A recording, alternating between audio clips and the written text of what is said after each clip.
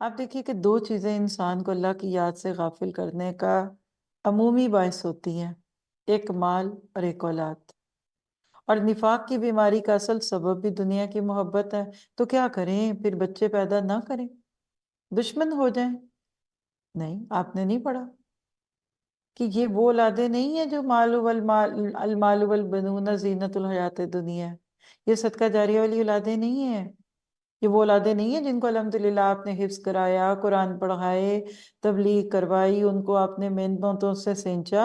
یہ آپ جیسوں کی بات نہیں ہو رہی، یہ ان کی بات ہے جنہوں نے اپنی اولادوں کو پیدا کر کے دنیا کے حوالے کر دیا، جن کی اولادوں کو دنیا نے اڈاپٹ کر لیا، بیبی سٹنگ دنیا نے کی اور سوچیں دنیا نے دی۔ اور ایسے اولاد جن کی اولادیں ان کو خود دین پہ عمل کرنے سے روک رہی ہیں، یہ ان کی بات ہے۔